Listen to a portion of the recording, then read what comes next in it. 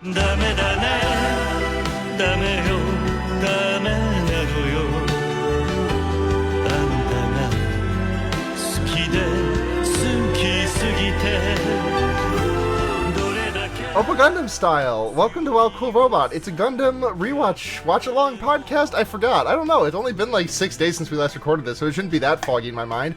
But anyways, I'm Sarah, and I'm joined by... I'm Sarah. I use she, her pronouns, and I am joined, as always, by Max. Hi, I'm Max. I use he, him pronouns. We're doing great. We're doing... You know what? I was up till 5 a.m. last night, you know? Were you just chilling? No, I was hanging out. Hell yeah. You know I don't think I, have the physical capability to stay up that late anymore. I didn't think that I did. I don't know what happened to me. I was, not even really that tired. I was hanging out at a friend's house, and I just, I had to wait. I had just gotten a little bit too I don't know why I'm saying tipsy, I'm talking to my mom about this. I got too stoned, and I had to wait to get sober enough to drive home. And...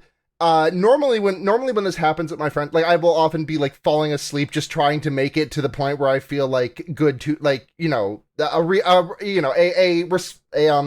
a responsible sobriety amount of time has passed, get myself to a good level. And normally at that point, it's I'm passing out. I'm falling asleep on her couch at 1:30 a.m. Trying to get through an episode of JoJo that she is wide awake for because her sleep schedule is way worse than mine. But last night I was yeah, it's 3:30, 4, whatever. Who gives a shit? I'm good to go home. And then as soon as my body hit the mattress, I don't remember anything else. Yeah, a black fog enveloped you. Yeah, exactly. So I hear you're big manga boy now. You're on to the next manga.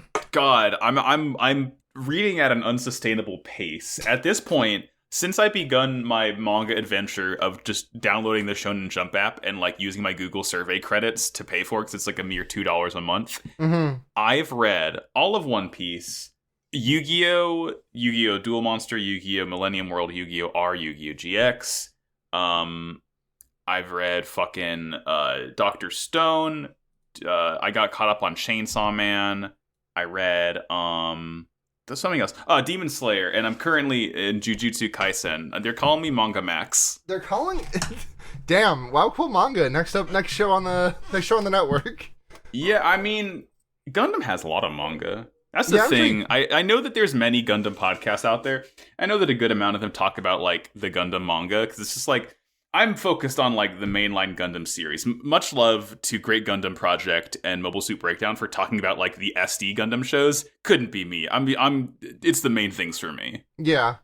The Jujutsu Kaisen story I have is not really that funny, but I mentioned it. I wanted to bring it up. Yeah. Which is that I was at some point during my reading of that, they just eroded a bunch of the text to be instead of a direct translation of what it would be in Japanese, just what's the word I'm looking for? A phonetic spelling, I guess. I'm not transliteration, I guess. I guess so, yeah. But instead of so the big thing is that so when I started reading it, Black Flash was referred to as Kokusen, which is just how they how it's said in Japanese. That's the concept. Yeah, it's how One Piece calls the Red Scabbards the Akazaya. Yeah. And then at some point in the middle of me reading that, Shonen Jump changed their translation guideline, I guess, because all instances of Kokusen became Black Flash. I was oh shit, where did this new move come from? And it looks so much like Kokusen too. Yeah, Black Flash is just Kokusen, but you can do it on command. It's easy now, actually. Yeah. Just looks the same. Just call that shit out. Yeah. you Babe Ruth it. Yeah. That's what Kugisaki should do every time she's about to hit someone with the resonance. She puts the hammer fucking straight at the points it straight between her eyes. Just bonk. Bong. Oh, I like it. Fucking good manga. Hey, good podcast you do about it, by the way. Yeah, thank you. Let me know. I would love to talk more about where the manga is currently with you right now, as someone who is because most of the people that I know, I do not know very many people who are everyone I talk to about the manga are people who got caught up maybe year or so ago, so they've been they've been reading it as it goes, and I'm very curious what the current stuff will feel like to you, a new guy coming in at it, just getting through it all at once. I'm eager to get there. At this rate, I'll be there in 3 days, so you don't have to wait. Yeah, long. Fucking listen. When you get to chapter 126, just you can talk to me. Yeah, I had to text my sister because she's also a scholar, and I'm hey, Maddie, when should I read the prologue stuff? And I'm basically at the point where I should read it according to her. So It's looking good. Yeah. Hey, it's Gundam. So Gundam, Sarah. So Gundam. Gundam moment. Gundam moment. I think we got caught this week. We got a little bit got. Nothing bad happened though. It's only good things. I'm smiling. I'm smiling through it all. I have to say that, like, every time I come into one of these episodes and you're like, oh, get ready for a really regular episode, I'm expecting, like, calamity. Like, I am expecting, like, a fucking, just, like, I don't know, fucking arbitrary explosion in the repair bay of Tekadon leaves 12 wounded, 16 dead. And, like, No. I guess, like, I'm always just, like, I don't want to sound like I'm not emotionally affected by the story that was being told this week, but I'm always coming out of it, I'm always coming out the other end, and I was just like, oh, I guess this whatever I made up in my head is way worse than what happened. Well, I mean, next week we are going to talk about the finale of the show, so make sure you have your cereal ready. Nothing bad will happen. Nothing bad will happen. There's 4 episodes left of this show. It's weird. Get ready for next week's episode. We made it through Smiley Face. Yay, Laughter is here. Yay! Well, let's. I say we get into it because these are some good ones. I can't wait. Them. I cannot wait for the start of the next episode where McGillis is summarily executed and everyone on Tekadon just goes, "Oh shucks, I guess we'll just go back home to Mars," and they just go on and live their silly little lives with the farm. Yeah. Nothing bad happens to the characters that I love. Very nice. Yay. The Yep. golden ending. Yep. Nothing bad will happen. Every time you post Atra, because every time I say sitting down for normal episodes, you post Atra, and I'm like, oh fuck, does Atra die this week? Oh no. I'm not dangling an Atra-shaped carrot in front of you. It's just we have 2 IBO-related emotes. Right, it's that Kudelia. Yeah, and both are making like the same face pretty much. Yeah. It's either like surprise or consternation. Yeah. So I apologize. I feel like my summaries are a little bit scuffed this week, but let's see what I got. I feel like I've said that like 3 or 4 times over the course of this, run of IBO. But what can you do? What can you do? Yeah. Episode 44.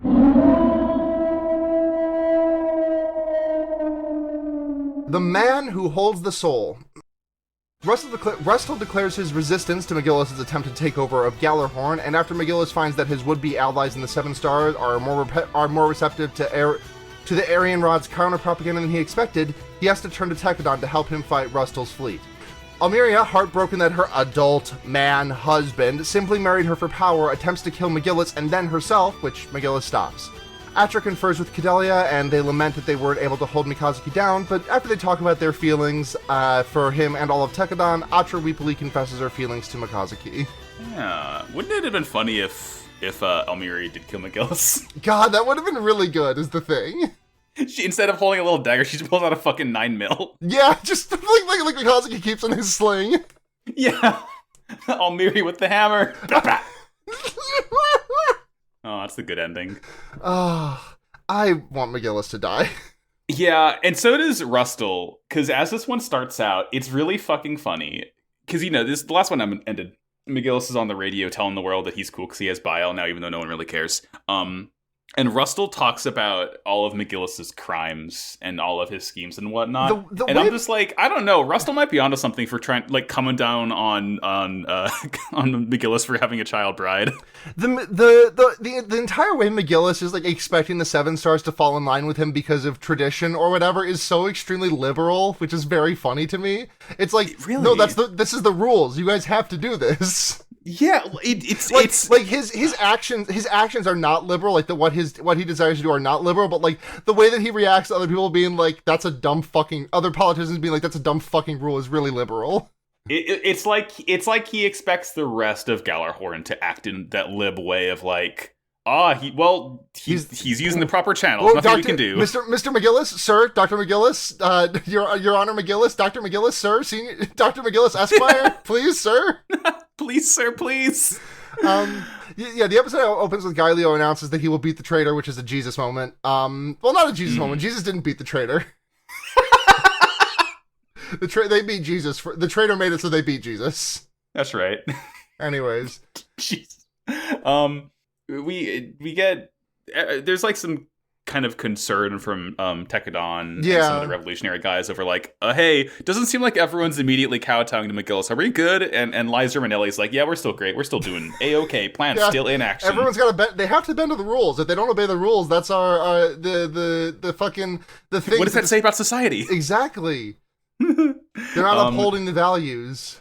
Yeah. So McGillis explains to Mika about his like big boy AV system. And it's like the same thing you talked about last episode, where it's just like, yeah, I used Galileo and Ion as experiments to like learn how to do this to myself without having the nanomachines like kill me because I'm not a little teen boy. Because Bale can only be controlled by AV, like the Gundams are only able. Actually, that's not even fucking true because Galileo doesn't. Galileo's Kamaris was regular. I guess Bile can only be controlled by an AV since they never like upgraded it from the war. They just like dunked it in its pool and it like kept it there for 300 years. Mm-hmm. McGillis says some weird shit. He's in a meeting next with the 7 stars. Well, it's like the 3 stars, because literally the only guys who are still there are like the brown-haired guy and like the fucking ancient Street Fighter character looking guy. Right, yeah, that motherfucker. Yeah, and he's like, I was chosen by Agni Kairu's soul. Therefore, I am the de facto leader, since no one else has succeeded in piloting it. And it's like, I mean, is the bar so low that all you have to do is turn the computer on and then you're like, oh shit, this guy knows what's up. Yeah, we gotta right? put him as king. Yeah. It's just very funny the way that he is just like, this is the way the world works. Everything follows this exact set of rules. Which is like, it's in such a funny contrast to, and it's obviously, it's intentionally in contrast to how like duplicitous he's been to this point, where as soon as he's like certain in his own mind that like, as long as it's the rules that he thinks he follows, then everyone's going to follow suit, even though he wouldn't. It's just very funny that like that immediately bites him in the ass as soon as he thinks he's like in the clear, pretty much. Right, he's like, I've won. There definitely are not 6 more episodes of the show left after. There definitely isn't an episode of this show just simply called McGillis Farid. Oh, I didn't catch that! Yeah, it's good. That's gonna be gorgeous. I cannot wait for that one. It might be the best episode of the show. It's hard to say. Ooh. But Bodwin Sr. comes in. He's still pissed as hell. I don't know why, like, because the whole time, like, when he was yelling at him last episode too, he was like being detained by Gallahorn guards. He's like the fucking, oh shit. You put the team on my back. The hardest hitting grandpa in the league. Yeah, he just drags these guys around. They can't stop him from going in any room he wants Please to.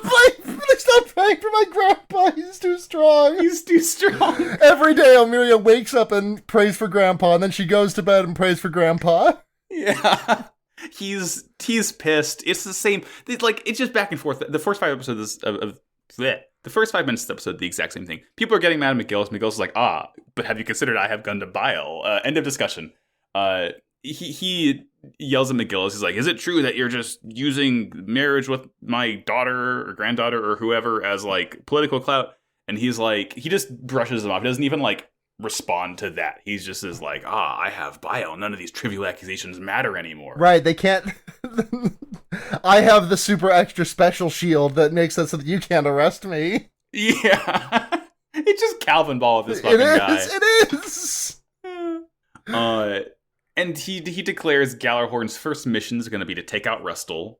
So that's great. Set your target to the stars. Make the biggest target possible. Yeah, you know what? Sometimes you just gotta shoot.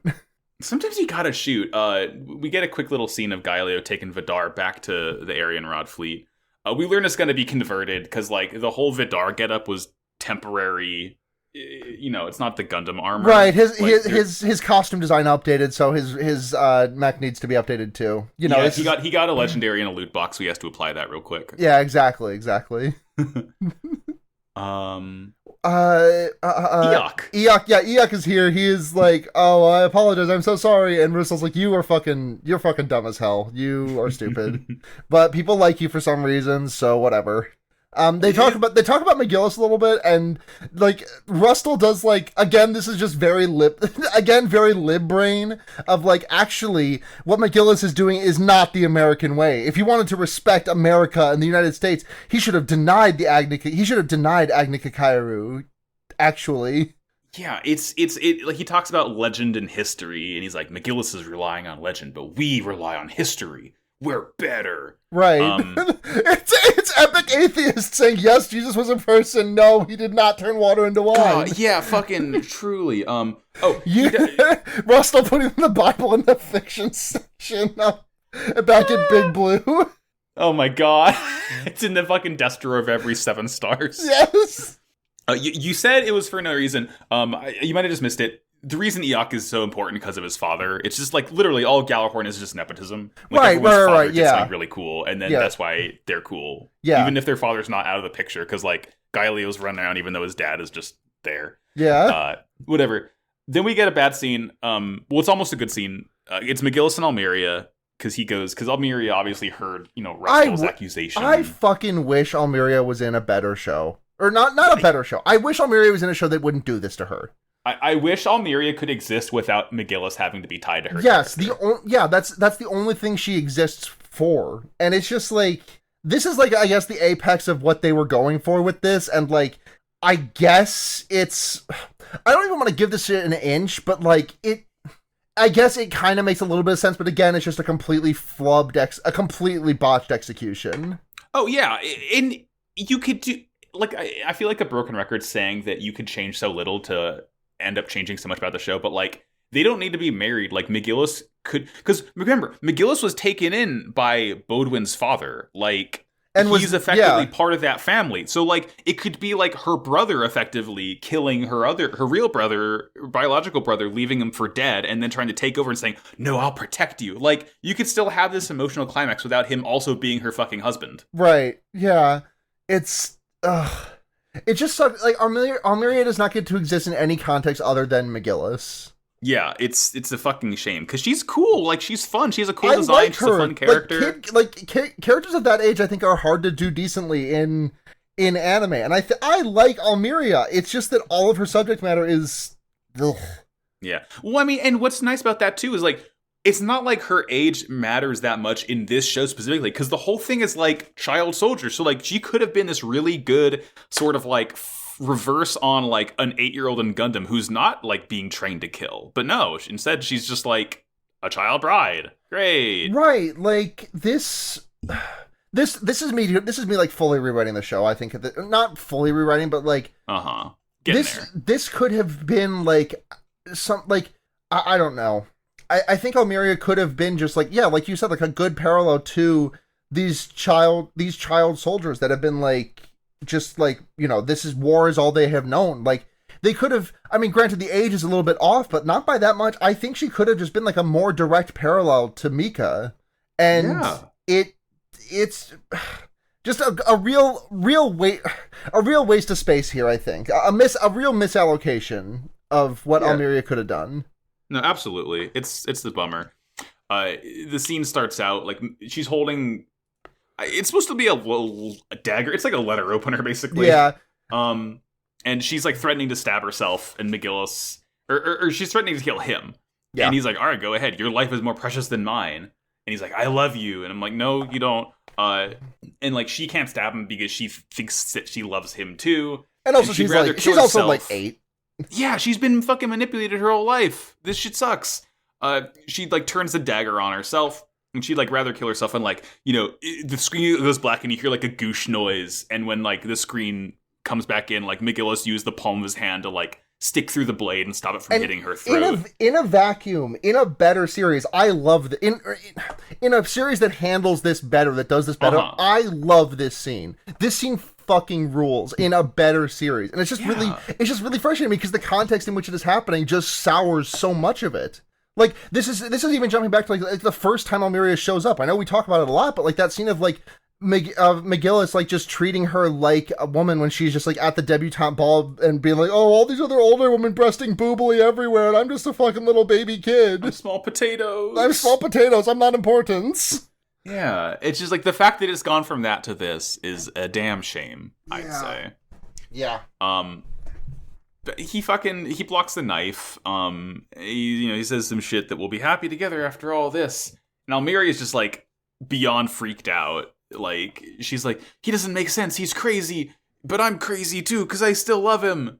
and he just kind of like walks off, like just holding the knife like stabbed through his hands as like Isurugi comes to he's firmly grasped it. Yeah, unfortunately, McGillis, you have failed to reach the bar of importance of the scene of Dennis Reynolds getting his hand stabbed by the fucking dartboard in that one episode of It's Always Sunny. You failed.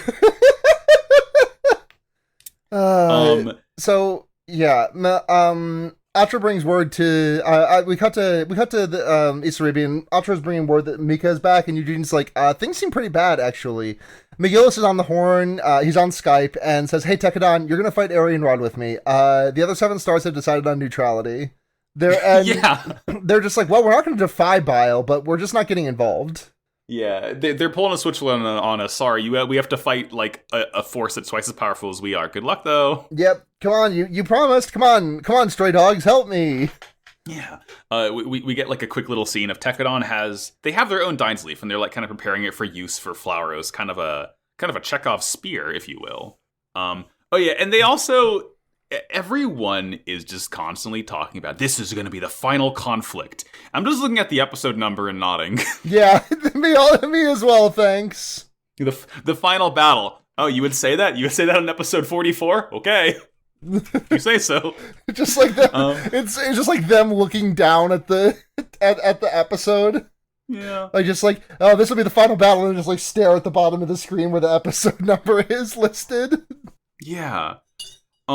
We get a nice little scene next of Meribit and Dexter, a rare Dexter moment. Dexter Calculator. Dexter Calculator, our beloved. He just got done filming his part in the music video for House Every Weekend. Yes. He's got those moves. He is good with the sauce. Yes. I was talking about this with you the other day after like I reblogged some post referencing Dexter, which is that like if I could do this season over again, the one thing I would do is just like glom onto Dexter and talk about him every episode. Yeah, we gotta have like a Dexter watch. Dexter watch. Dexter watch. This scene is really such a nothing character, but it's fun. I know, that's the best. But his name is Dexter Calculator, so you gotta love him. His name is Dexter Calculator, you gotta. This scene is like really quite nice though. Meribit and Dexter are talking, and like they're kind of like ask each other why they're both still at Tekadon, and Dexter's like, well, like I saw them being abused at CGS, I couldn't do anything, so even though I was roped into this, like the least he can do is like help them see it through, because now he actually like, you know, has a chance to make good and help the kids out, and it's like that's a good enough reason. And Meribit also kind of like almost comes back around to like, you know, not saying the exact same thing, because basically what she boils down to is like she saw that Yuki Nojo is staying with them, and she's like, I know I can't do anything, so I'm gonna do is just like stay here and be emotional, like just, you know, rally behind the kids. Like, That's all I can do now, and that's fine. And she's like, wow, you got there, Meribit. Yeah, good job. Good job. Again, another character that I wish had a better outcome. Yeah. Let's see. Oh, damn! I'm starting to realize a bit of a theme between the characters we wish had better outcomes. Oh, damn. If only there was like a pattern that we could kind of see between certain characters who aren't treated well by the show. Eating a big bowl of cereal and saying, surely the woman in the next series of Gundam Max covers will be better than this. I mean, I can't complain that badly, because I do feel like the Turbines were... Well, okay, I can't say that because I don't feel like Ozzy was very much of a character. I liked her, don't get me wrong, but like, Laughter was a character, Amida was a character, yeah, Ozzy was kind of there, and like, she was like a strong silent type, but like, there was a way to do that while giving that person character, because like, all Ozzy really did was like, people said she like, did a couple of fights, and then she just like, kind of teased Laughter about her crush on Akihiro, and that's like, really the only... Oh, yeah, and also, remember one of the young boys said, I don't want to hug Laughter, I don't want to hug you, Atra, I want to hug Ozzy, she's got bigger tits. Yeah, it's like... like, you can be the strong silent type, but like, you need to still have interactions with other characters for that to kind of like, you know, be compelling. Yeah, and you know, Atra and Kudelia are well-realized characters, I think. Oh, absolutely, yeah, Atra and Kudelia, they're really like pulling the weight for a lot of the women in this show.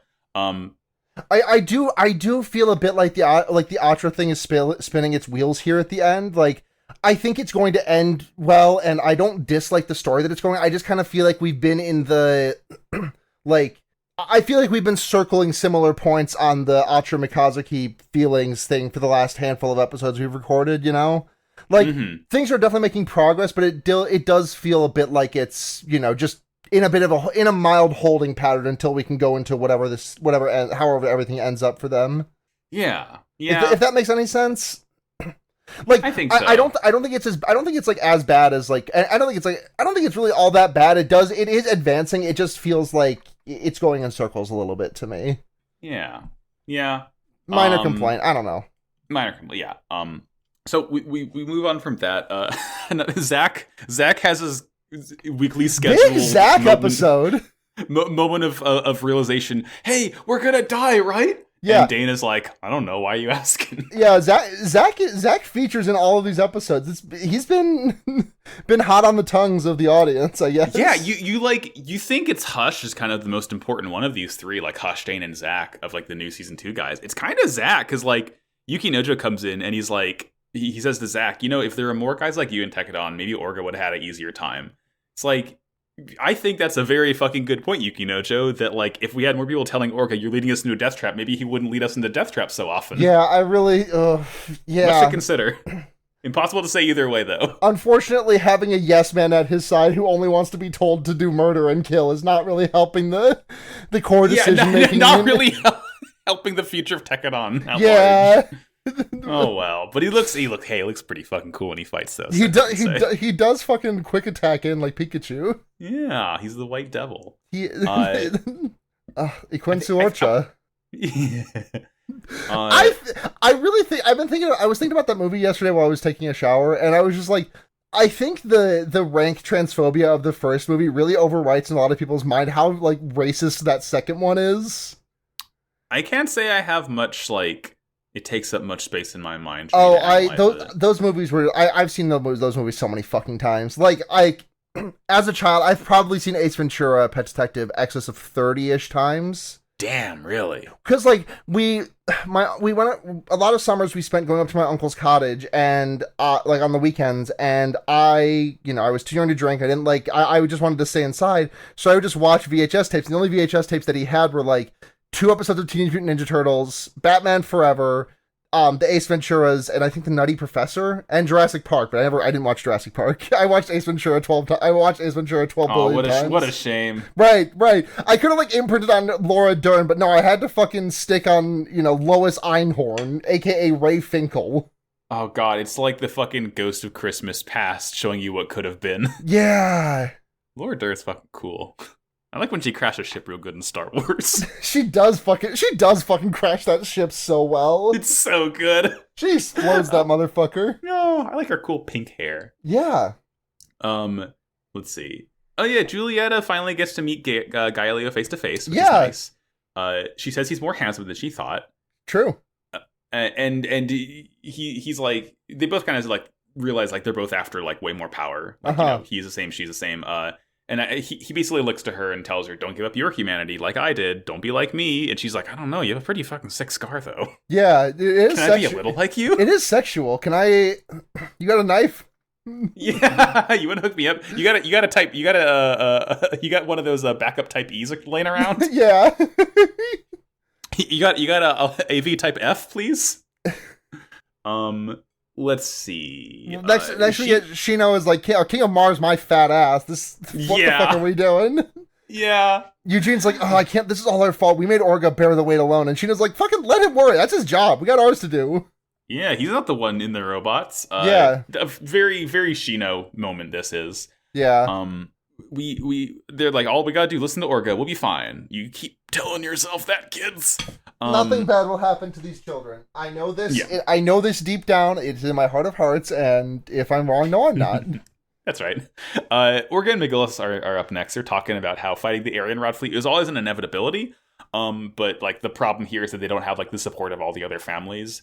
Orga just like straight up fucking slugs McGillis across the face for saying like there will be casualties, of course. And Orga's like, they're a family, they're not a statistic. You can get on McGillis for just like being fine with Orga decking him in the face because he realizes like, yeah, that was probably a weird thing to say. Oh well. Yeah. More people talking about this is the final battle. No, it's not. There's 6 more episodes. Sorry. Yeah. They're like, oh, one last, and we cut to the mess hall where there is a graffiti of a tomato and it says Tamoto. Did you see that? Remember, Ride is the one who graffitied the whole Yes, ship. So this right! is like as he was learning how to read and write. Yes! Tamoto. You say tomato, I say tamoto. Patoto. Oh, I love Lalafell. That's my favorite Scion. Papato il papapo. I love Hatsune Miku. Great just tremendous work. Our brains truly like rocketing back and forth. Banana! This is what happens. This is, I infect my hosts whenever we do this fucking podcast. It just turns into like this derangement by the end of just like I'm looking at my Bingu right now, and I'm seeing if I can find a way to fit Despicable Me in here somewhere. Would you say that that's a talking animal movie? Are the Minions talking animals? Insofar as you'd consider a single cellular organism to be an animal, so probably not. Yeah, okay. Does it feature cyborgs or cybernetic implants? I'm almost certain it does. I couldn't tell you who, but I'm a lot happens in those fucking movies. Do you think it's a weird time? Could someone argue for it being a German expressionism? Would you? Now that's a bit harder to kind of hone in on. Gru's German and he expresses himself, right? I don't think he's necessarily German. I don't know what the fuck Gru is. I'm gonna hold on. I gotta look this up. Felonious Gru, Despicable Me Wiki. Where are you from, Gru? His name's Felonious Gru? His name is Felonious Gru. Gru is his last name. Yeah, okay, sure. So okay, hold on. This is gonna fuck you up real good. Alright. So he has a brother named Drew, D-R-U. Yes, is that the guy in the tracksuit? Yeah, the blonde one. You'd think that his brother would be Felonious Drew. No, his name is Drew Gru. Mario, Luigi Mario. Exactly. I can't wait for Minions 2 Rise of Gru in theaters July 1st. Truly so fucking excited. Katie won't see it with me. I'll come down to West Virginia, pay you a visit. We can go see Minions together. Yeah. Can't believe Actress Katie. here. I thought Katie was a real one. I thought, what about all that sickness and health shit? Come on, Katie. Yeah, the last. Think about the amount of health. Think about the amount of health that seeing Minions 2: The Rise of Gru in theaters on July 1st would. Think about the amount of health that would give Max. It'd be like picking up a 100 HP pickup in Team Fortress 2. Exactly. It's like beating Sandwich. It's good. I like my funny little guys. You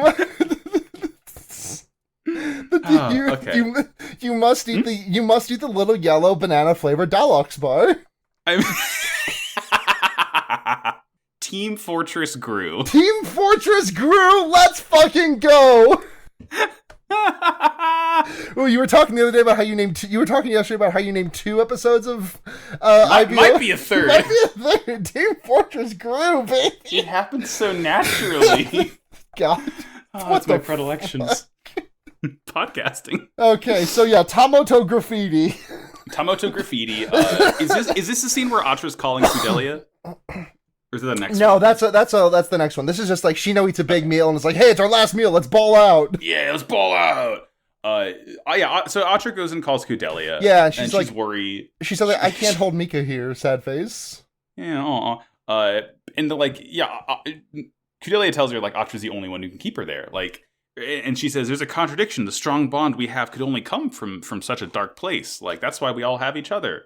And, she once again tells Atra she's the only one who can be beside Tamika. Kudelia has to stay behind and do its best for her family, whatever that turns into, since she's, like, kind of not really that part of Tekadon anymore. It's sad, but also very nice, because they still, they're still, like, here for each other. Yeah.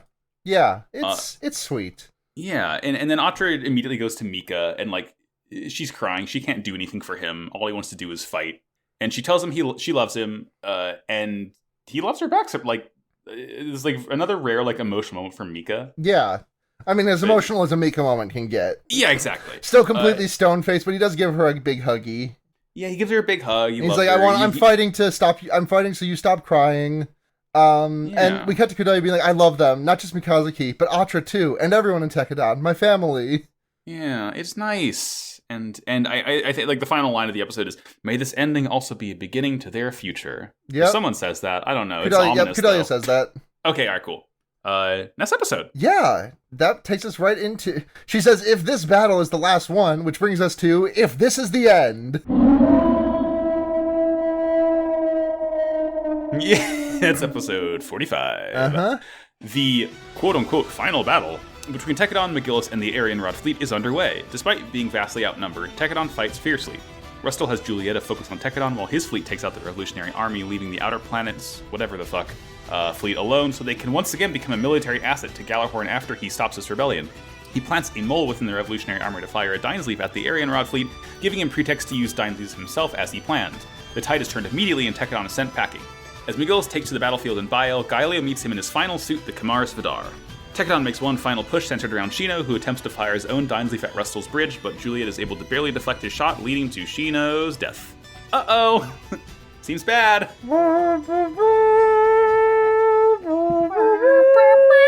Yeah, we haven't gotten, like, the death of, like, a main Tekadon boy in quite some time, have we? Yeah, who was the last one? Was it really? It couldn't have been Biscuit. No, no, it was fucking Aston.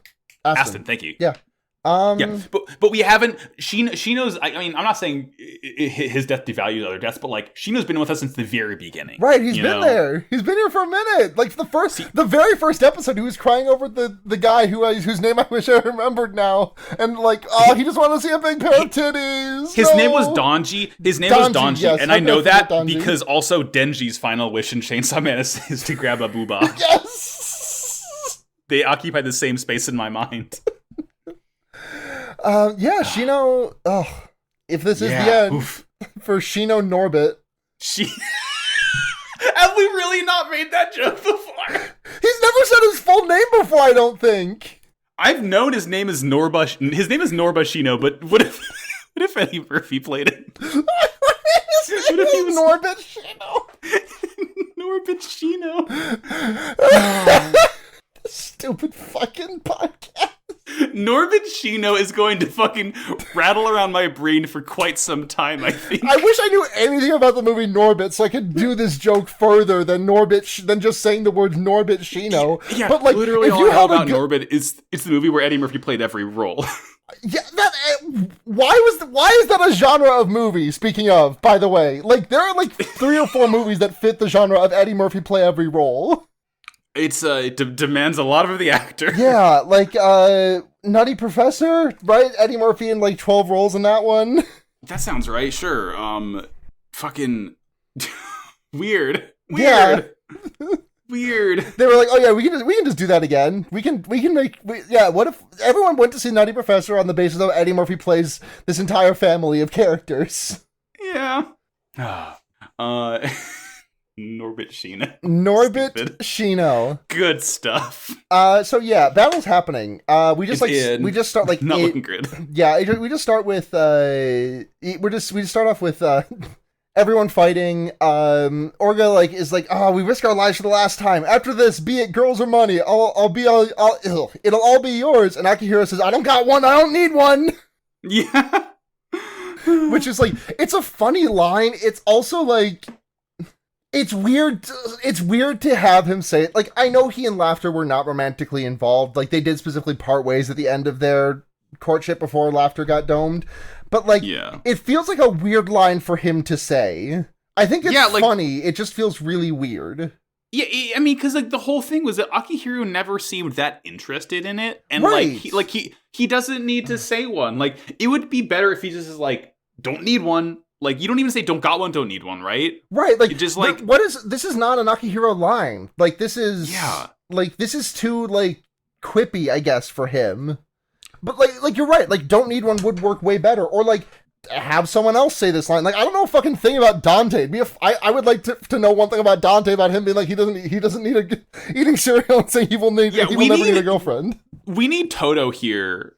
Not Toto from Gundam, Toto from Jujutsu Kaisen to ask everyone what kind of girl they like. Oh, I thought you were going to say we need Toto from Gundam here to snicker nefariously and think about riding the cool roller coasters.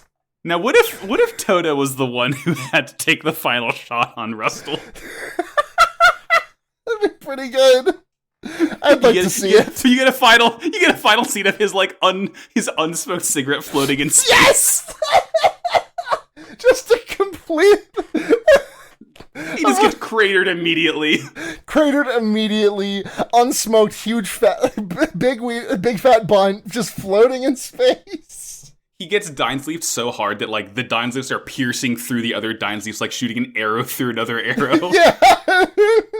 They, like, split it out. They, like, split the arrow on the bullseye because he just dies that hard. Oh, God. We get... there's a... So Juliet is popping off, right? She's in her Regan Lays Julia. She's, like, has a little flashback of Rustel telling her to take on Barbatos. It's like... If she can do it, victory will be assured. And she's, like, convinced every single time she squares up against Mika. She's like, I know I'm weaker than you. And it's like, I don't know. You last, like, the entire episode without injuries against him. You're doing pretty good. Better than anyone else in the entire show, in fact. Yeah. I mean, I think that, like... But, like, everyone else who's fought against Mika has not had... Everyone else who has fought against Mika has thought that they are better than him and died as a result. That humility is keeping her alive. I genuinely feel that. Like, that's also...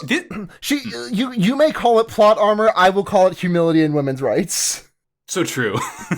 It's a really fucking sick fight, though. It's a good fucking... A lot of good fights in these episodes. Yeah, you get maces. You get the Julia's, like, badass, like, fucking whips. Yeah, it's cool. the Ivy it's sword. Like Ivy Soul Calibur shit. Yeah. Yeah. Speaking of Max, did you see the thing in Street Fighter 6 where you can do the Soul Calibur 2 like pre-battle? Huh? Yes. But with faces. Just like looking down on your opponent. I love that. I can't believe no other fighting game has done that. You know, Jury is gonna have some of the best ones. Oh, I bet. Oh god, oh boy. Okay, I'm curious how horny Capcom's gonna be about that one. Yeah, I mean, like. The bar is pretty low. How horny can you be in just from neck up of a character? And I think we're gonna find the answer to that question. Yeah, with the power of next gen consoles, Capcom will truly let us know. Like they're just gonna find a way to work her foot into the picture somehow. Oh, I don't care for that. Unfortunately, Jury is the foot fetish fighter. Yeah, which is a shame. I fucking loved playing her back in 4. Street Footer 4. Street Footer 4! Oh, talk about footsies. Mamma mia. God, okay. Speaking of Street Fighter 4, this is a tangent of a tangent, but have you ever seen that? Do you know Snake Eyes, the Zangief player? No, I do not. There's just this really, really good series of, like, it was like a West Coast versus, or I think it was NorCal versus SoCal in, like, I don't know, 2013, 2014, I think it was, where, like, it was a 5v5, winner, losers eliminated, winner plays the next person in the lineup. And it got down to just, like, Snake Eyes being the last one against everyone. He just put the fucking team on his back with the Zangief. I don't know. I just think Zangief is fun to watch. Zangief is fun to watch. It's fun to just be a big guy and just, like, pile drive everything. Yes. I love just... Command grabs are fun. Yeah. Watching high-level Geef play in 4 was always fun, because, like, the spacing in that game was, like, ridiculous. Like, so much... Geef. I mean, all fighting games are based around spacing to some extent, but, like, I cannot think of another game I've seen that was, like, so... like spacing and footsies reliant more so than Street Fighter 4 at a high level. Oh, well, yeah, I mean, that's the whole... Zangief, to my knowledge, has no projectiles whatsoever. You're, like, up in there. No, he just has, like, EX Green Hand to get up on you, and then, like, Lariat to get through some projectiles. Mm-hmm. God, I got so fucking mad at my brother, because he would, like, just consistently kick my ass with Zangief back in 4. Max brother Blanca couldn't stack up. Yeah, I couldn't just fucking electrify his ass. No, unfortunately. Yeah. So let's see. Isurugi, he ends up taking the field because he has to, like, the fleet's getting fucked up. They're getting too close to Tekadon, so they're, like, getting nailed. We see the Arianrod fleet fires a retreat signal, and they're like, oh, that's weird. And we see kind of like this ominous mole kind of, like, rises from the smoke around the Revolutionary fleet.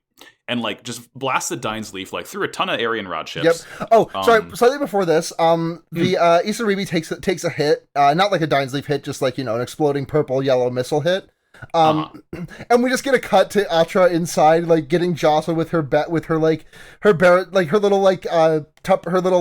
styrofoam container with burritos in it, and, like, much of this episode is just Atra, like, so much of this episode is cuts to Atra on board the the Hotarubi, Hotarubi, either aboard the Hotarubi or Isaribi, and just like in a state of the ship having just been hit, and her food is everywhere. Yeah, it's there's so like sad. There's like 3 or 4 discrete instances of it. It's so fucking. She needs funny. like a food net around her.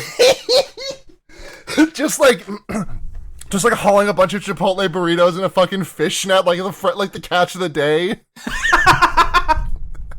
the bountiful seas eat up, boys. Yarr! Yarr! They gave us Poseidon was fit to bless us with extra guac today.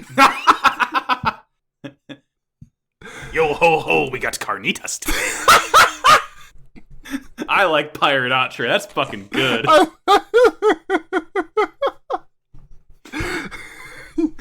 Yarr! Put a baby in me. Yeah, that's what our flag means. That season 2's about. No, Pirate Me is back. Oh God, Pirate Atra. Pirate Atra. Listen, listen. Pirates of the Caribbean 6. Get Johnny Depp out of there. Get Atra in. Get Atra in. Boom. Just easy, simple as. You fixed it. You fixed it. Yay, we did it. Fixing a lot of shows this week. Yay. Yay. So you mentioned this in the Discord about how funny it is that like one person on the Revolutionary Fleet side firing a Dines Leaf gives Rustle enough pretext to bring out fucking 500 of his own Dines Leafs. I think that was Cass again. God, really? I definitely did not say anything to that extent. There's been very little posting in the, like, ever since I started watching the episodes, the only things that anyone that were not me was you posting regular, Jay posting a smiley face, Cass posting my boy in response to Shino dying, and everything else has just been me since I started watching today. Okay, never mind. I am a fool. But yeah, it was Cass. Okay, all right. I am Boo Boo the Fool. Many apologies. Listen, it's fucking funny though. Listen, Catgirls is Catgirls. Catgirls is Catgirls. You see a Catgirl and you're like, oh, this is interchangeable. You're face blind for anyone with kitty ears. Exactly. I see those hair vents. Yeah. Yuck, like, is watching Rustle do cool war crimes. It's fine that Rustle does war crimes because he's allowed, because it's retaliation, of course. And Yuck is like, what the fuck? Is this why Rustle's so feared? Yeah. Just seeing, like, the pure ruthlessness and military tact of Tony Stark over here. The fact that this guy was a ride or die for, the fact that this guy was such a ride or die for Rustle that, like, because, like, they, after the shot is fired and the Dines Leafs on Rustle's side fire back, they, like, take the pilot out of the suit and, like, there's just, like, a cracked helmet to show that, like, the pilot, like, shot themselves in the head rather than being caught. Just, like, ride or die. Yeah, ride or die. I pick Ride. He's one of my favorite Technon boys. Technon has to, like, evade, of course. And, like, as they're backing away, like, we see Ride about to get nailed by a Dines Leaf, and, like, Shino flies into the Flowers and takes the hit, and, like, it's like the fake out. It's like, oh, did he die? He didn't. But you think he did. You did not see the inside of his cockpit explode. Yeah, and that's what's important. The Hotarubi has to kind of, like, effectively be abandoned because, like, it's just all fucked up. Like, they have to send everyone from the Hotarubi back to the Isaribi because it's been hit too many times. But it just leads to later on Eugene doing this cool, like, double ship maneuver. So it's worth it, I'd say. Eugene epic and some gay moments in this episode, if you ask me. Yeah, fucking love Eugene. The fact that there is no Eugene or no substantial Eugene Orga content out there is so upsetting to me. Yeah, the only one was the one where they were, like, Catboys. Very little. I mean, I'm not complaining about that, but, like, come on, like, they're gay. Maybe more of it. Maybe more. Who could say? Maybe we need it. This is, hey, you know, if anything, my podcast has proven to, like, be just, like, an all around Gundam bump. So we're actualizing it. Yeah, I'm putting out more Cowboy Eugene into the world. Rustle asks Eok. I'm sorry. Eok asks Rustle why. He's like, hey, why aren't you attacking, like, the entire other 2/3 of McGillis's fleet? And he just explains, well, Eok, you fail boy, you don't want to attack the military assets that you get to take later on when you win the battle, you dingus. Yeah. And Eok's like, oh, you truly are the greatest military mind of our time, Rustle. Your brain is so big. Wow, Rustle, you work out of the library.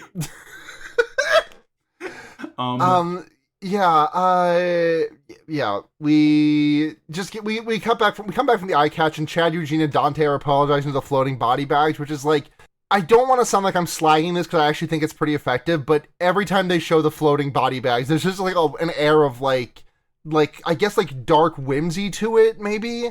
Just these corpses in these body bags, just like free floating in this room.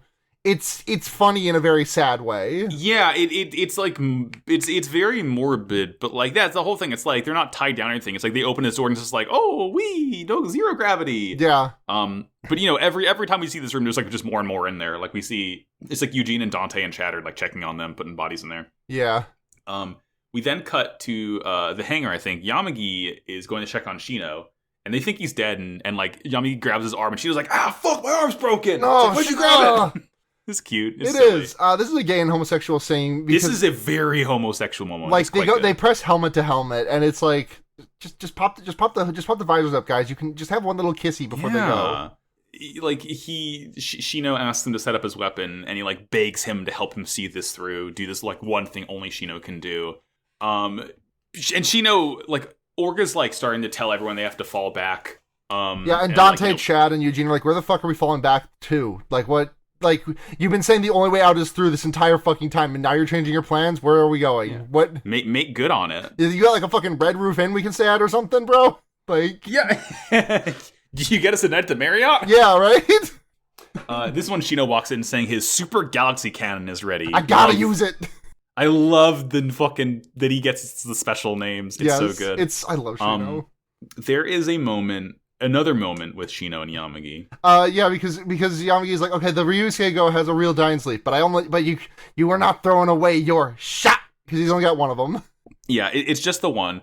And Shino's like, when this is all over, Yamagi, I'm gonna take you to a place with lots of pretty girls. And Yamagi says, "Oh, fucking go by yourself." And then Yamagi touches his hair and like pulls it back so you can see both of his eyes, which I don't know if we've seen both of Yamagi's eyes at the same time. We haven't. No, he's always had the bangs going on. And it's just such a...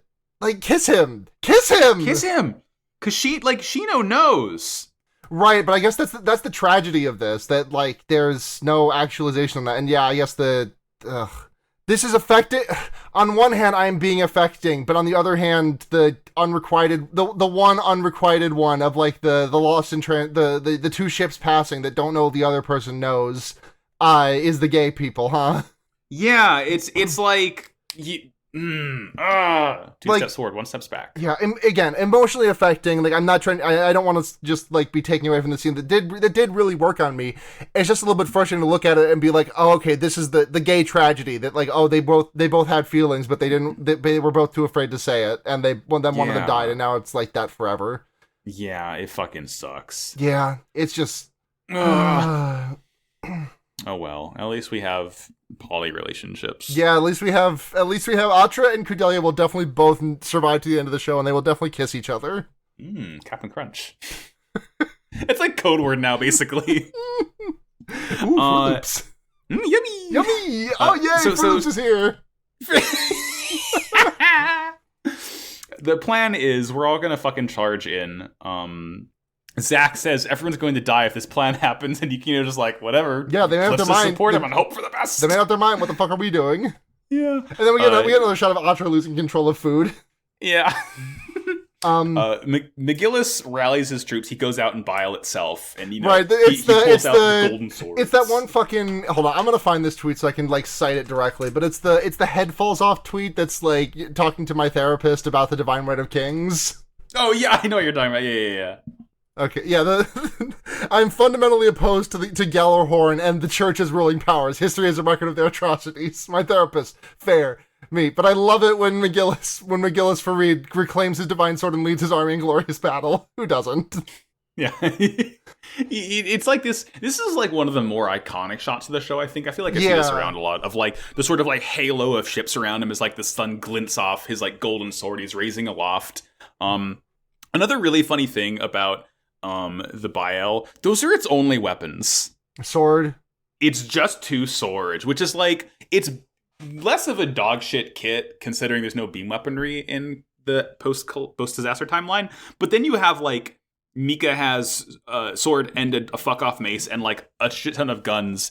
Fucking Akihiro's Gusion remake has 4 arms and like a giant axe and fucking battle scissors, and like Gaelio has just like drills and shit. And what are you gonna do with 2 like gold swords? I played Minecraft. You don't make weapons out of gold, McGillis. And sure enough, Gaelio rolls up here. This is his final upgrade, the Kamaris Vidar. I don't like this thing. It's too much going on. It's fine. It's fine. It has like a sort of, I don't know if you could tell by what was it called again? Sorry, I have such a hard time. Like the thing, I don't see these. I have such a hard time telling when they have updated designs. I just posted the image in scheduling. It's called the Kamaris Vidar. Just combining the names of his 2 suits. It has like this like sort of seahorse motif going on with like the head. It's just like, I don't know. I think the legs look really doofy. I don't really like the weird subarms and the shields. Oh, I like this. I like this design a lot. Yeah, I'm so bad at like differentiating like watching the show from a week to week basis or from like a weekly basis. It's just like, sure. I guess I just have a hard time keeping track of like, oh, this is radically different, even though like they do like say it out loud, like, oh, I've made changes to the thing. Right. Yeah. I mean, and again, it's all in service of byproduct. So you're basically you're defying the showrunners by not noticing these things, so it's better off for you. But I like this. I mean, I feel like every time you said, "Oh, I fucking hate this suit," and then show me a picture, I'm like, "Ooh, okay." I mean, that's because I have a kind of a weird. The mobile suits I really like are just like the over designed to the point of like people calling them ugly and I like more impractical, weirder looking mobile suits. As is, you're right. Yeah, and I mean, honestly, I think it's just a lot of the Iron-Blooded Orphan suits kind of like wash over me. Just like the design language as a whole, I feel like is cool, but like my heart lies with like the 80s Gundam designs mostly. Mm-hmm. When it got really weird. Yeah, it's still good. I can respect that. Yeah, it's fine. I mean, it's one of those things where like there are a lot more suits I like more often watching this show, like rewatching it. So like my opinion on pretty much everything is kind of like risen over time as we watch this show. So ranking will be fun. I think we'll have a lot of fun discussions. Yeah, I'm excited to argue. Yeah, but Kamaris Vidar is cool. That's like a fucking like drill spear. It's fun. He fights McGillis for a hot minute, and like Isurugi has to like fend him off for a little bit. Yeah. He tells Gaelio, this is interesting. So Isurugi tells Gaelio that he doesn't need to be thought of as a friend or even a comrade to McGillis. All he wants is to see the future he will create. It's like this weird like selfless relationship Isurugi has with McGillis, where it's like we can tell he like really believes in him so much, but like we never really see why he has a reason to. Yeah, he's just like, because he just kind of shows up in season 2. He wasn't a season 1 character. He just shows up and he's like, I would die for McGillis, and I'm like, okay, that's great. Who are you though? Thanks, Isurugi. Yeah, thanks, Isurugi. Love to hear from you, buddy. Yeah, it's a little bit reminding me of like I've been watching JoJo with my friend who's never seen it before, and we are partway through Battle Tendency right now, and we just watched the episode last night where Joseph beats AC/DC with the little like spike field and everything, and he spends so much time. Fight. He spends so much time like lamenting the death of Loggins, and like. Part 2 is like one of the, because like I've read parts 1, 4, and 5, and then to the end from there. Well, not to the end, till like Shakedown Alley in part 8, but right. I've read a lot of it. Part 2 is the one that I haven't, so maybe there was like some Loggins training that was cut out and truncated for the sake of the show fitting. But like, there's so much of it that it's like, oh, Master Loggins, you tortured me, but your torture was so useful to help me beat AC/DC, to do my silly little trick while I unravel my hat. Yeah, you didn't miss anything. It's just weird that he gets emotional over it because Loggins is not really a character. Right. He's not. It's very telling, not showing. Yeah, exactly. And it's the same with Isurugi, but whatever. Isurugi's a fun character. I think this is just. I think this is just like similarly to how we never heard a lick of Agnika Kairu or Bael in season 1. I don't think we heard Bael in season 1. Nope. Because the first mention we hear of it is Isnario taking him, or no, not Isnario, Rustal coming up to him after Isnario had adopted him and being like, what do you want, little boy? Would you like an ice cream? Would you like a toy? And McGillis just stands up and says, Bael. Yeah, no, Bael's a season 2 original. Yeah. I think it's just a casualty of them not knowing they were going to get a second season when they did all this, right? Yeah. Well, so Colin has talked to me before about this, and they've said that season 2 is like pretty much a given, I guess, because you're Gundam, so you're gonna get funding no matter what. Yeah, that's true. But But it really does feel like the show was made as if they didn't know. Yeah. So it's like, I couldn't say either way. Obviously, I don't know for sure. I'm just a guy. But it feels like it. I feel similarly about like Derma being in this show now. Like the way they parade Derma around, it's like, Derma, your friend Derma, you love Derma, and like, I don't dislike Derma. I don't know anything about Derma. He was in like episodes 1, 13, and then these last 3 of this season. Yeah, I loved his carnival stream though. Yeah, that was great. Derma archaeology moments. Yeah, Derma 985. Derma wishes he could stop looking at rocks and go play Yakuza. So yeah, Izuri is fighting Guy Li off, and meanwhile, Yamagi is like setting Shino up to fire. He's like binding his hand to the controls because like his arm's broken. Gay shit. It's true. Yamagi tells Shino that he won't forgive him if he dies. And Shino's like, the goal's in sight. I'll live to see it. Okay. But my next note just says, fuck yeah, Kamara's Vidar knee drills. Yeah. It's cool. You just see it. It's pokes out. It's nutty. He's Gurren Lagann shit. And Eugene has like the Hoturbi fly. Hoturbi flies ahead. So he's like doing that maneuver where he plugs his AV into both ships at once. Yeah. And the Hoturbi is like tilted 90 degrees forward, so it's like a kind of like a tower shield in front of the Izuri Yep. as it rockets forward. And Shino is on kind of like a sled on top of it, and he has the cannon ready, which is literally just like a Dainsleif like that he's like shouldering with his like, because at this point the Flauros only has one arm left, right? And he fires it, and like Mika and Julieta are dueling as he does it, and like he like bursts through the smoke, and Rustle on the bridge is like, "What the fuck?" And it's like this is an unexpected moment. Eok like steps in front of him like he's trying to take a bullet for the man. Eok, what do you think is gonna happen here? The Dainsleif will penetrate the glass of the bridge, and it will penetrate Eok, and it will stop right there. Yeah, his justice will form an impenetrable shield for the future. This does not happen. No. Because Juliet is able to break off from Mika, like, the fucking second Shino fires. And, like, you see him fire, and you see, like, that, like, fucking flash of, like, the bit of Julieta's whip hit his arm as he fires. And it, like, is, so it barely off center, but, like, enough that it just cracks the glass of the bridge and, like, grazes the side of the command tower. And then, like, Shio's just fucking obliterated. Yeah, he just like throws himself forward and is like, well, fuck, god damn it. It sucks. Like, it's this rare moment where Shino is like not happy or triumphant. He like and like you almost would expect him to be like, oh well, guess that was that. No, he's like screaming in his cockpit, like he is like mad. He knows he's about to die. It like sucks to see because like we never see Shino like have his confidence shaken like this. Yeah. Oh, rip to my boy. Right, there's like, he's like right before this scene, like, he threw up a big death flag of, Yamagi's like, oh, I won't forgive you if you die. And he says, Aryan Rod doesn't scare me a bit compared to you, as if I'd ever died. The goal is in sight and I'm gonna live to see it. Yeah, God, it sucks. I wrote Takaki in my notes. No, that guy left like 10 episodes ago. No, he's fine, he's chilling, he's on Earth. The fact that Takaki just like left is like so pleasant to me. Like he's just like, no, I've had enough. I'm out. Yeah, he's just hanging out with his sister on Earth. He's doing good. He has a fucking desk job. He's chilling. I really hope I'm not eating Captain Crunch when I say that. Like I'm glad that he's just making it through this series. He's vibing. He's chilling. Nothing bad happens to Earth in Gundam. Oh boy. I don't like that sentence. I mean, I can tell you for real if you want, but no, we have 4 episodes after this one. Listen, I don't know much of what happens. I know a couple of characters that don't make it to the end from here, but past that, I don't really know a damn thing. Mm-hmm. Well, I know exactly one character that does not survive and one character that does survive, and that's all I know. Yeah. It's the unknown knowns. Yeah. Can I talk about the one character that I do know survives? Yes. Because so I was just texting one of my friends about this, a friend, I've mentioned her a couple of times, and she was talking about like how much she loves Yamagi's time skip outfit and referred to him as a femme man.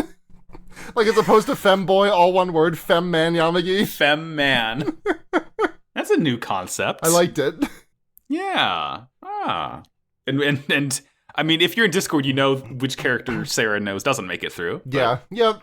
Hey, there's still a finale to get to. Listen, I'm sure that's not the only character who will die in the next 4 episodes of Mobile Suit Gundam. What if it was? If it was just them, that would be pretty funny. What if it was?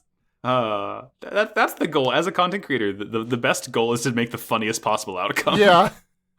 Unfortunately, yeah, it's so sad that Dexter Calculator has to die. But I'm saluting so hard. Yeah, Yamagi feels Shino's death through the gay ass bandage that he took with him after he sent Shino off. Yeah. Oh, very sad. That's episode though. That's episode. Now we're on episode 46.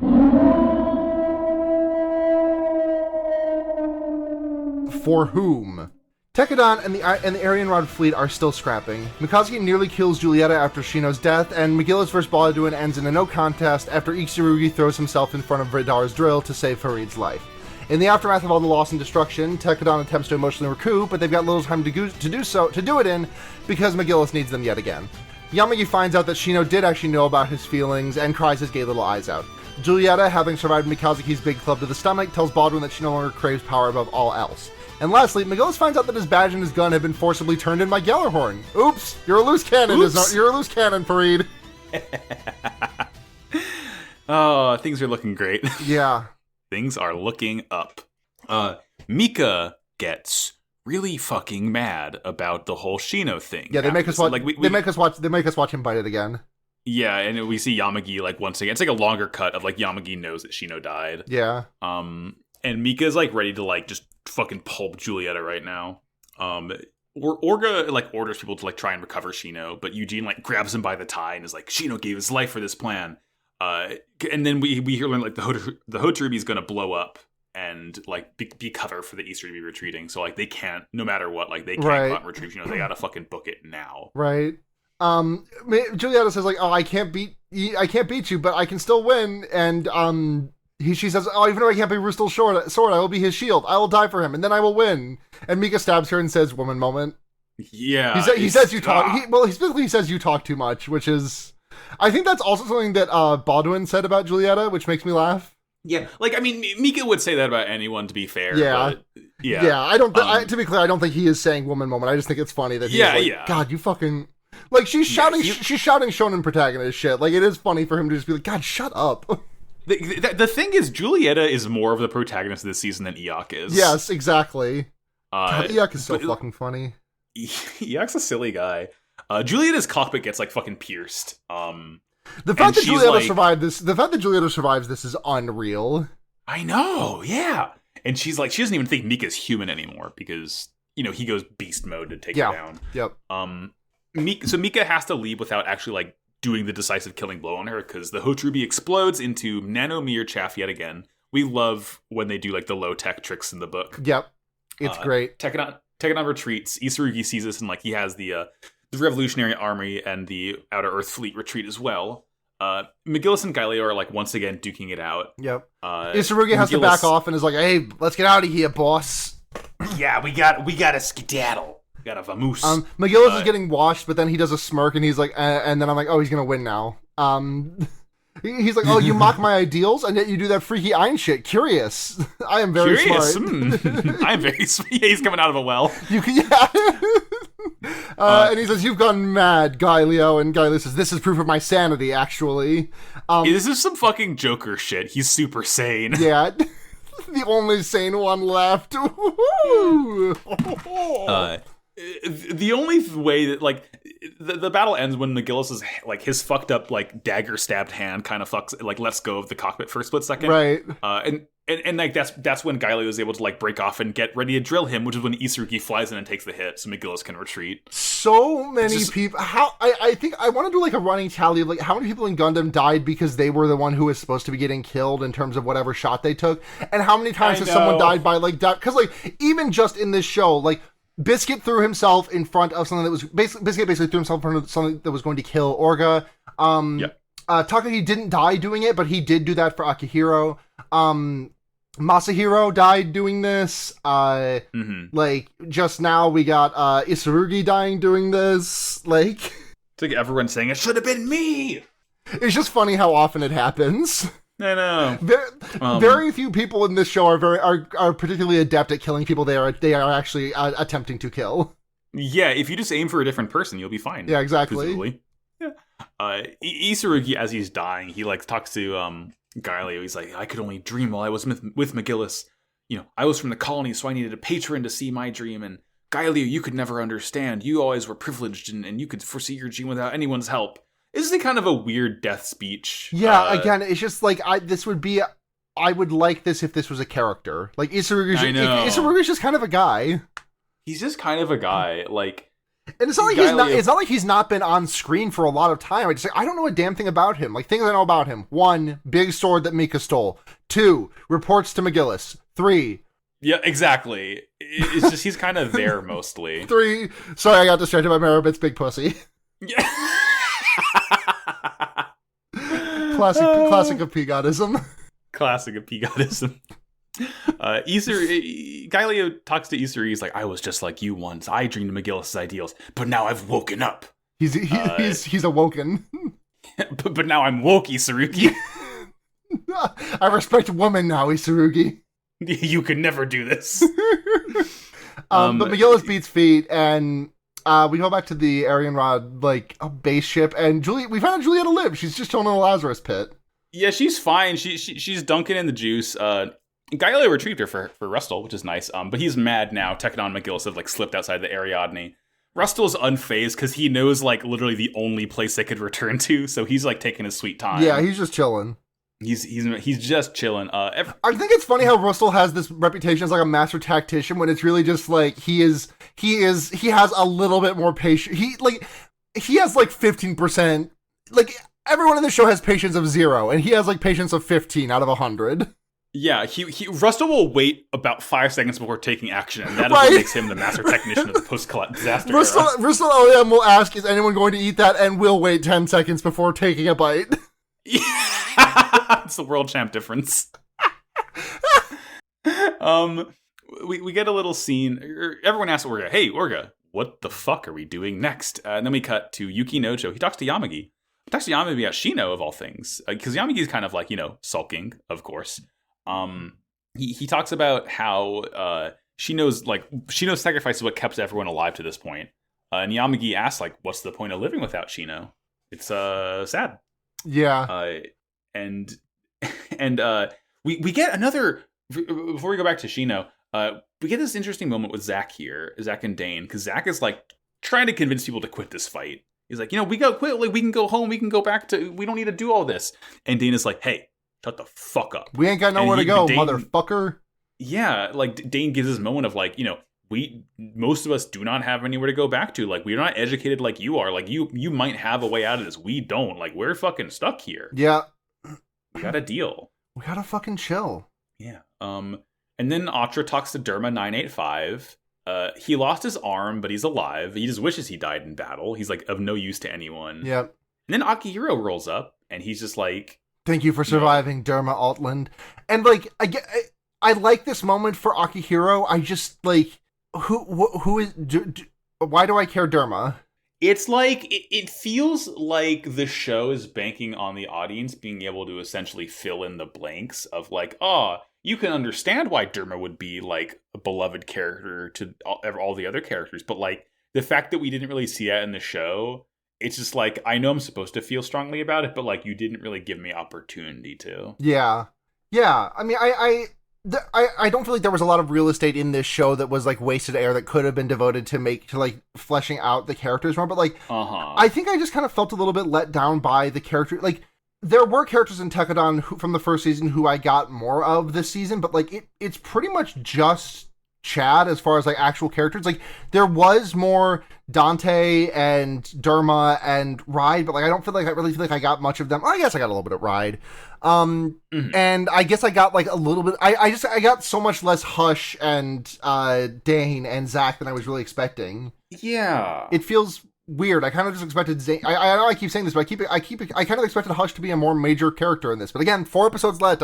Maybe he gets his mobile suit for those last 4 episodes and just goes sicko mode. But I don't feel like we're gonna get a season 2 character going apeshit. It feels like we're building up to a final confrontation or just some big cataclysmic event. I don't really know. One or the other. Yeah. There's the next scene is Orga, Eugene, and McGillis. They're all talking about the next battle. They're on the bridge of McGillis' ship by now. Mm-hmm. And McGillis is if we fight on Mars, we have Galahor and Mars as backup. It's home turf for you. Maybe the turnout will be different. Maybe. That's there's their best bet at this point, right? Yeah. Because we know Galahor and Mars is under McGillis' control. Tekkadan knows Mars pretty well, so yeah, that's a good idea. Hush goes to see Mika. He's just sitting. He's sitting on like the kind of like railway. Yeah, it's the special window. This. I don't think it's a special window. I think this is by the hangar. Actually, I could be wrong. Maybe I didn't notice it. But like Mika's sitting. He's like kind of sitting in silence. He's like crouched up. And Hush goes up, and Atra's like, I think Atra's like, oh, can you give us a minute? And he looks at Atra. He's like, something seems different about you. Are you Gigante? Are you Atra? You're glowing. Is that really what this is hinting at? Because I think I wrote that down as a joke. Because like, oh, okay, his pregnancy sensors must be alight. But is that really what that is? All I can say is, what if we had sex in the cockpit of the ASW G08 Gundam Barbatos Lupus Rex? What if we had sex in the cockpit of the ASW 08 Mobile Suit Gundam Barbatos Rex Lupus Rex? To answer your question, yes, that is what happened. Atra Pergunta. Oh no! Atra's Vidar. Atra is Dine Sleeve. I can't believe Atra is Dort.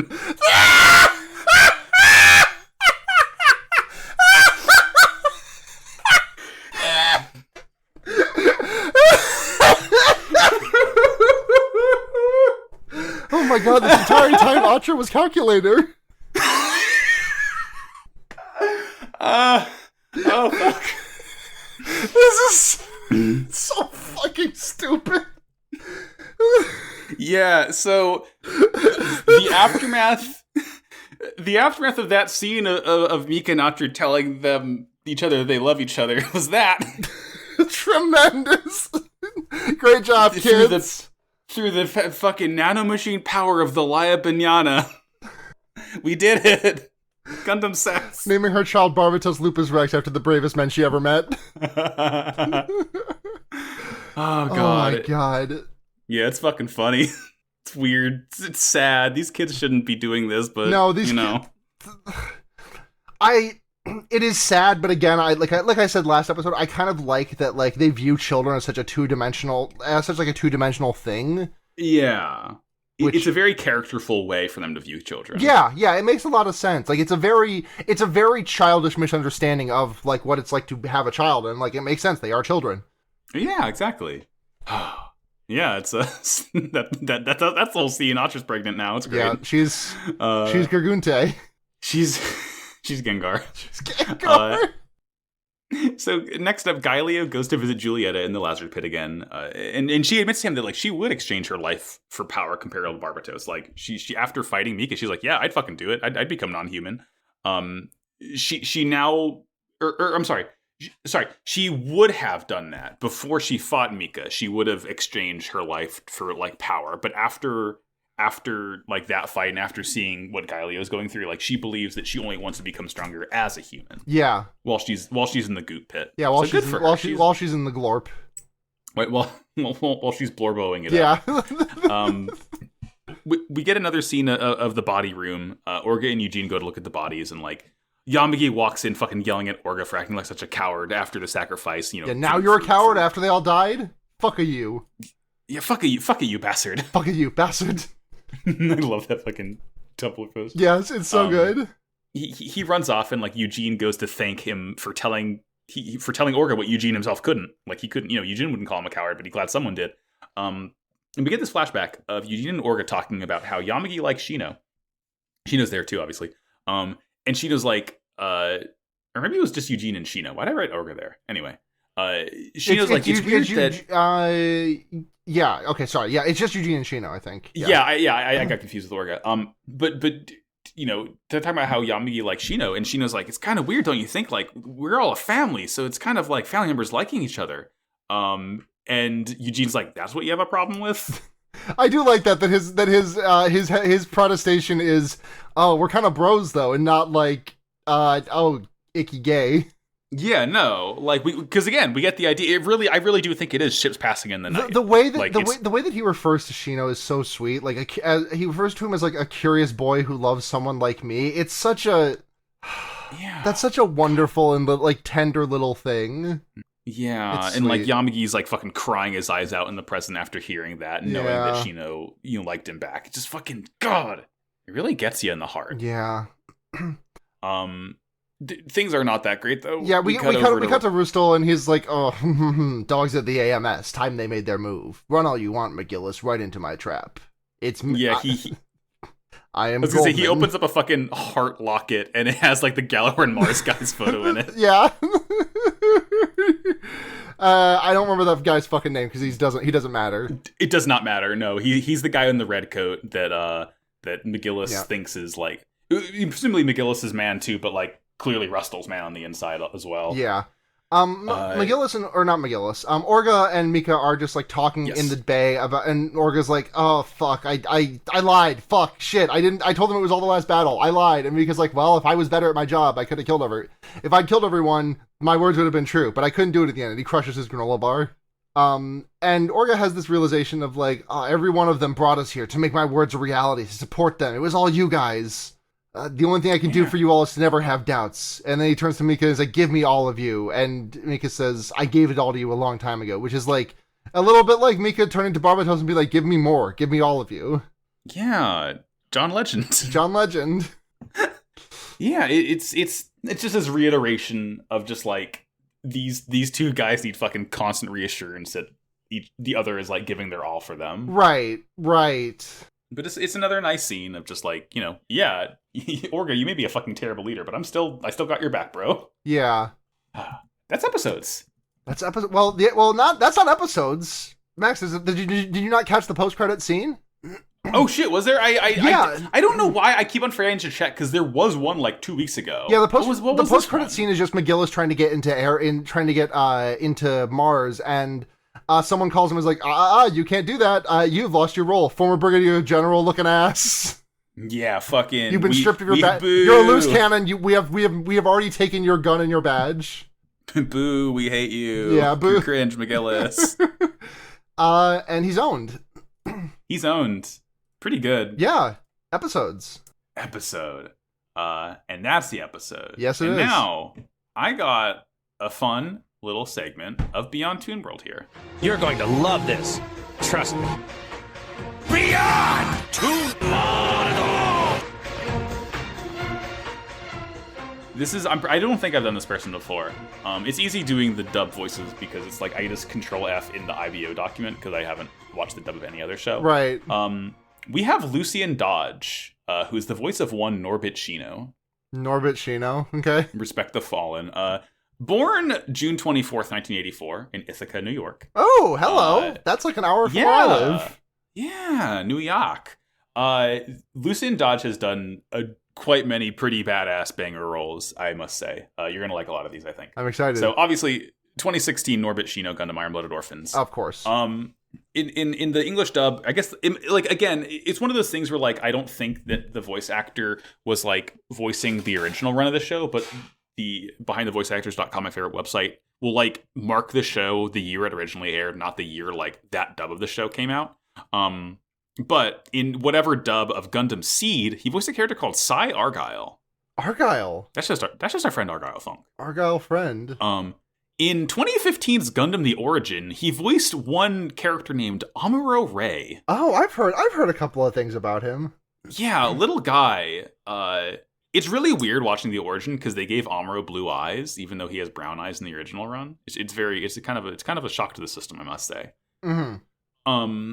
In 1995, Sailor Moon, or whatever, I guess like the Viz dub of Sailor Moon, he was Motoki Furuhata, who's only really notable just because he's like always like a background character. In 2013's Fate Zero, a character called Water Velvet. Oh, Waver Velvet. Waver Velvet. Yeah, I always make fucking typos because I do these at work. Yeah, I know Waver Velvet. That is I haven't finished Zero, but from what I remember, Waver was a real blorbo for me. Hell yeah. Oh, I didn't. I guess he like gets older at some point. 'Cause I just googled him, and there's like this fucking sick ass like here. I'll show you what Waver looks like in. I think this is specifically one of his sprites from Fate, so like it looks a little bit janky. Ooh. So like that's what he looked like in Fate Zero originally. Yeah, that's a little schoolboy. Yeah, I think he's like 21 or something in that image. He's just small. So like the opposite of Nanami. And this is what he looks. And this is what he looks like after some time skip. He's got like. Oh shit! He's sexy now. He's like the fucking He's like the fucking guy from Persona 3 with the hat. And the scarf. Yeah. Whose name I don't remember. Who died? He's also got tight leather pants. Badass. Yeah. They're calling him the White Pharaoh. In 2012's Tiger and Bunny. Okay. Tiger and Benui. Tiger and Benui. He voiced Kotetsu T. Kaburaki. Taigi and Benui. Isn't Kotetsu the main guy? I think so. Yeah. It's one of those things where like I haven't watched it, but like it shows up enough in the list, and I'm like, I should include this for someone who knows. In 2014's Bravely Default, he voices Dr. Victor, who's just he's a guy. You get a cool fucking white mage job from him. It's fun. He has a little weird partner. He voiced Chili in Pokemon Black and White TV show, who's like one of the 3 waiter gym leaders. He's the fire one with the fire monkey. 2016's Pokemon Generations, he voiced Silver, who's Giovanni's son. Oh, the red hair rival. Yeah, rude rival. I love him. And another rude rival, 2013 Pokemon Origins, he voiced Blue. Yeah. Silver, like when I started playing Soul Silver a couple months ago, I'd forgotten what Silver looked like, and I like the first time I saw their like trainer art, like not their like little top down sprite. The first time I saw the actual trainer art, I was like, damn, your rival's GNC as fuck.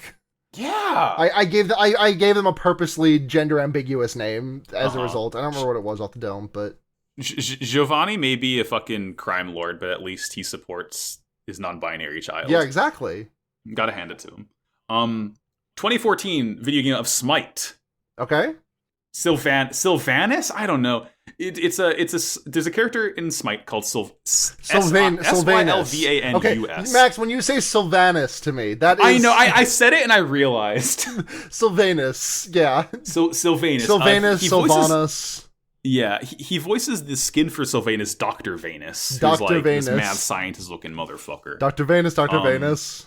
Dr. Vanus. They're making monkey out of me. In 2014's Guilty Gear XR they just made a Bob Ross skin for that character.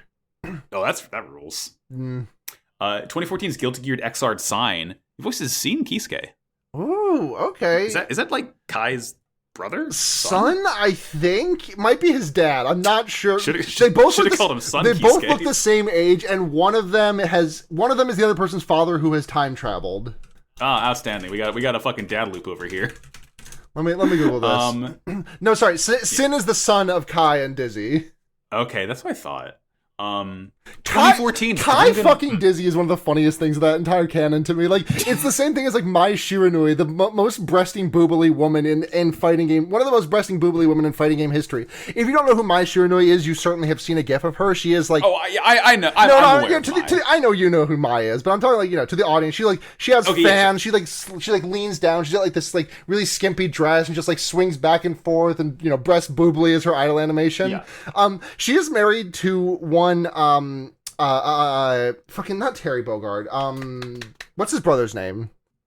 Andy Bogard, who is the most sexless missionary motherfucker I've ever seen. It's so funny. It's the only reason their relationship works, because like she is just breasting boobly, like fucking huge tits, like pussy out, everything, and he just gets on top of her, just does push-ups until they finish. Yeah. In 2014's Danganronpa. Okay. He voiced Hifumi Yamada. Yeah. That's Shino. All right. Yeah. The range, I guess, because I don't hate Shino. Yeah. 2019's Fire Emblem Three Houses. He voices Felix. Okay. You didn't play Three Houses, did you? I've played maybe an hour or two of it. Okay, yeah. Felix is like one of the top Blorbos, I'd say. Okay. I mean, it is a Fire Emblem game, so literally everyone's a Blorbo, but like I feel like Felix, because he's like brooding and edgy, you know how it is. Yeah. 2018's JoJo's Bizarre Adventure Diamond is Unbreakable. Okay. He voices one Toshikazu Hazamata. He voices the fucking Surface. Surface, yes. Oh god, yeah. You need to give me a second to pull that one out, because I definitely had that one committed to memory. Okay, yeah. I just love that he and Koichi become besties later on. It's so funny that he also like loses 3 feet in height. it's the shorter you are, the nicer you are. Yeah, exactly. Damn, 2022. I must be evil as hell. Evil. They're calling her Evil Taigi. They're calling me Evil Taigi. I drank Dark Energon or whatever the fuck the Jack Tooth shit was called. No. Listen, I was kind of hoping it would turn me into a something, whatever, like what the fuck Daxter was, but it just kind of made me evil and say fuck. Yeah. Oh no. 2022's Odd Taxi. You want to take a guess? Oh my god. Okay, an Odd Taxi. Definitely not Otokawa. That does not fit the line. Nope. Was he like the cat boy who did the gacha game gambling? Not a cat boy. Was he the porcupine? No. Was he the manager of the idol group, the Fox guy? No. Was he like the cops, the twin cop brothers? Doggies? He was Eiji Kakihana, Monkey. Oh, that oh god, that guy sucks. Great role. Yeah, Lucy and Dodge voices some kind of characters. Ooh. But hey, we're back at the good ones. 2021's Monster Hunter Rise. He voices Hojo, who's notable more for me because he's like the village elder who rides a funny little giant tadpole frog. In 2019's Demon Slayer, he voices Akaza, who is upper third. Okay. Have you seen all of Akaza, or have you seen all of Demon Slayer? Season 1. Okay. Is the Train's not in season 1? Is it? Train is the movie. Yeah. Did you see the Train movie? No. Okay. All right. He like shows up in the Train movie. He's fucking cool. He has like cool like stripes all over his body and like pink hair. He reminds me of Gaara a little bit. Let me see if this guy. Oh yeah, this guy shows up like once or twice, I think, in the season proper, just to like. Just to be there and look evil. Sure. Yeah. Yeah. He doesn't do anything until Train. He's fun though. 2021 Kuroko's basketball. I don't think this is a big one because I'm getting to reading Kuroko eventually, but sure. Haven't gotten there yet. So okay, he's in Kuroko. Is trying to think. Is he one of the? Is he a miracle? Is he a Generation of Miracles boy? I don't think no. Okay. No, he's like very not notable. Is he the guy who apologizes all the time? What's the guy's? I'm trying to remember the. I don't think so. No. He's one of the Seirin boys. Oh, he's not Shinji, is he? He's not Shinji. Ah, no. Damn it. Kogane, my son. Izuki, Junpei, Teppei. He's not Teppei, is he? He's not Teppei. Who is he? Hit me. He's Koichi Kawahara. Kawahara. Yeah, I can like see the whole Wikipedia oh, this page. guy. Yeah, okay. The Kuroko wiki page in like one screen without scrolling, so I know he's not that important. Here we go though. 2018, ReZero starting life in Another World.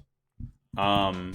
Let's see. In ReZero starting. Is he in season 1 or just season 2? When was it? Did you say 2015? It's listed as 2018 here. Okay, so that would have been season 2, I think. So that is leading me to guess this might be the voice of Garfield Tinzo? No. Okay.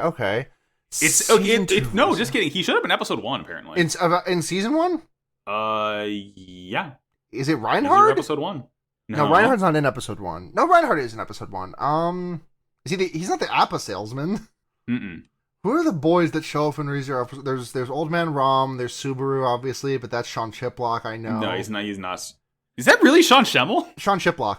Oh, I think it's Sean. I was like, fucking Goku. What? No. Okay. Chiplock. Puck shows up, but I can't imagine him as Puck. No. God, who are the other boys that show up in ReZero episode 1? Because it's just like, is it a named character or is it just like? Yeah, no, it's a named character. It's one of the guys who like fucking roll up on Subaru. Oh, one of the yeah. It's fucking it's twin squared -1 the roll up on him. Yeah, it's fucking. It's at sign. Fratchins Hoffman. Yeah. What? Or later known as Chin, commonly known as Chin. Hit me with the name again. Ratchins Hoffman. I don't know how the fuck to say this. This is not a thing that like, translates easily to Japanese. Yeah, it's at sign. It's at Ratchinzu Hoffman. It's at sign. It's at sign from twin squared -1. That's right. Okay. He's cool hair though. Yeah. He's got like a tongue piercing. He's nice with sick. Here's one that I know you're gonna get for sure. Okay. Jujutsu Kaisen. In Jujutsu Kaisen, is he Mekamaru? Not Mekamaru. That'd be funny. There's so many Jujutsu Kaisen boys. You gotta think big, Sarah. Is it Toto? Not Toto. It's not Itadori. No. It's not Fushiguro. No. I know it's not Inumaki. Mm-mm. Is it Panda?